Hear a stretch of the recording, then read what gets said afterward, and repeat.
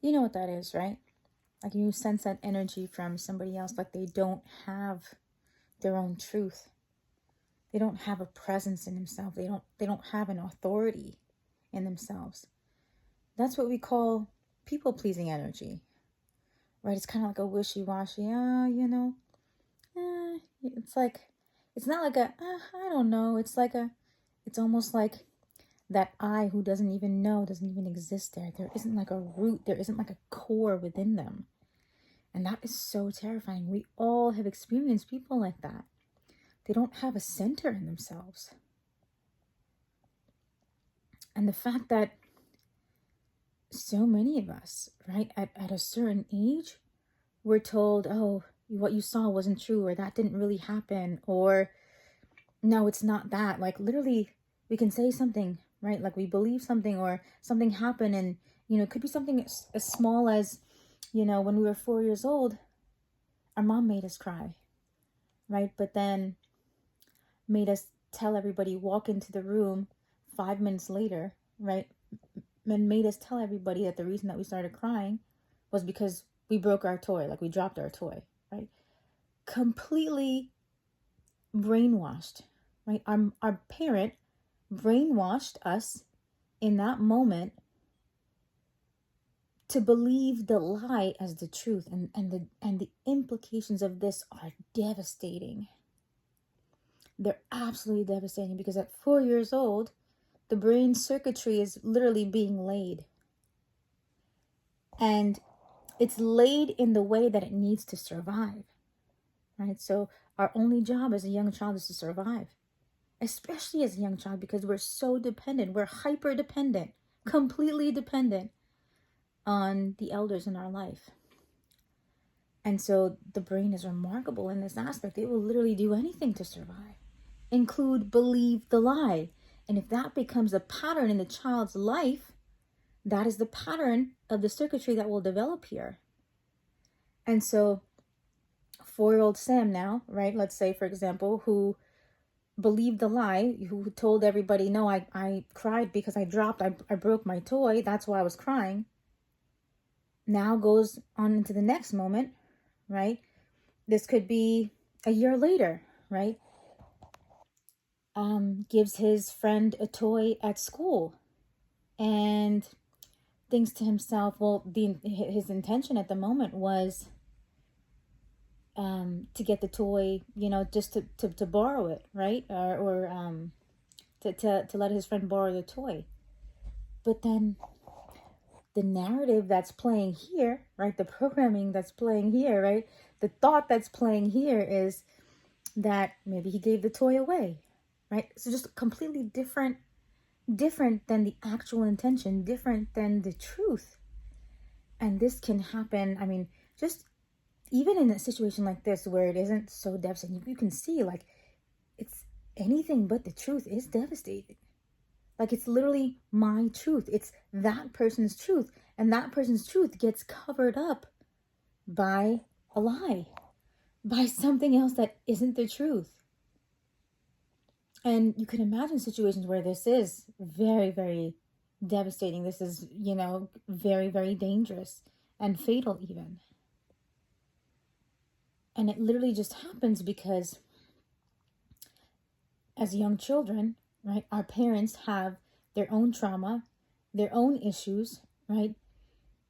However, they feel uncomfortable for making us cry or making us feel certain things, or however they take responsibility for that, right? For our reaction, right? And then they're unable to bear that, and so they force us to believe in a lie. And this literally changes the course of a human life. It's literally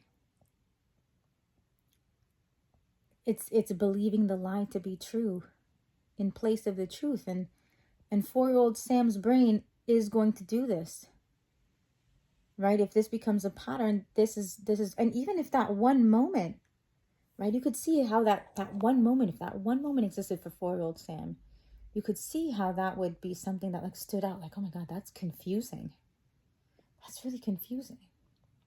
Or like a child to even be like, I saw something, and that's why Dr. Becky says something so wonderful. She says, one of the really great things that we can say to our child is, you were right to notice that. You were right to see that. Right? We validate their eyes. We validate what they know to be true. And how many of us grew up just seeing things, hearing about things, noticing things that our parents never talked about with us, never even peeped a word about, or if anything, lied about. And this really, this is so confusing as a child, and literally as a young child, if this is something that happens over and over, this literally forms the pattern of circuitry in our brain. Literally, the way that the brain, the thoughts that play here, the movie that's playing here 24/7 is literally going to be a false narrative. It's going to be other than the truth. And I can't imagine, like, can you imagine living a life where anything that you do in the moment, right? I give somebody $5. I hold the door open for somebody. I have one intention, but the false narrative here, right? The narrative here is playing a completely different intention. And so it's almost like this energy in the body, in the brain, that's like, it's a distortion. And you're believing that energy. You're believing the narrative here that's playing. It's like you've completely lost your truth. And this is really what we have to steer clear of and really end the cycle here for our kids. This should not continue like past this, because the implications of this are really, really devastating, like mortifying, just so terrifying. So just the idea of the fact that my son or my daughter would live a reality, even a moment, where they would believe a lie to be true because of some effect that I had on them as a child, where I made them believe in the lie and distorted them and caused confusion for them.